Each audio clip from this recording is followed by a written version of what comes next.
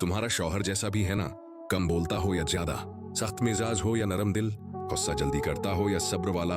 याद रखो वो अल्लाह की तरफ से तुम्हारे लिए एक नेमत है। हर शौहर परफेक्ट नहीं होता और ना ही हर बीवी फरिश्ता होती है, लेकिन अल्लाह जब दो लोगों को जोड़ता है तो सिर्फ मोहब्बत के लिए नहीं बल्कि इम्तिहान, सब्र और तरबियत के लिए भी जोड़ता है। कभी कभी तुम्हें लगता होगा कि वो तुम्हें समझता नहीं, तुम्हारी बात नहीं सुनता, तुम्हारी कद्र नहीं करता, लेकिन शायद वही शौहर तुम्हारी दुआओं का जरिया हो, तुम्हें सब्र सिखाने के लिए और अल्लाह के करीब लाने के लिए। जिस तरह तुम उसके लिए नेमत हो, उसी तरह वो भी तुम्हारे लिए नेमत है। उसकी कमियां गिनने से पहले उसका शुक्र अदा करना सीखो, क्योंकि हो सकता है जो तुम्हारे पास है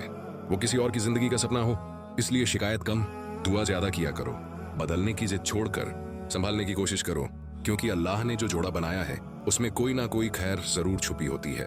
अगर ये बात दिल को लगी हो तो वीडियो को लाइक करो और ऐसी ही सच्ची और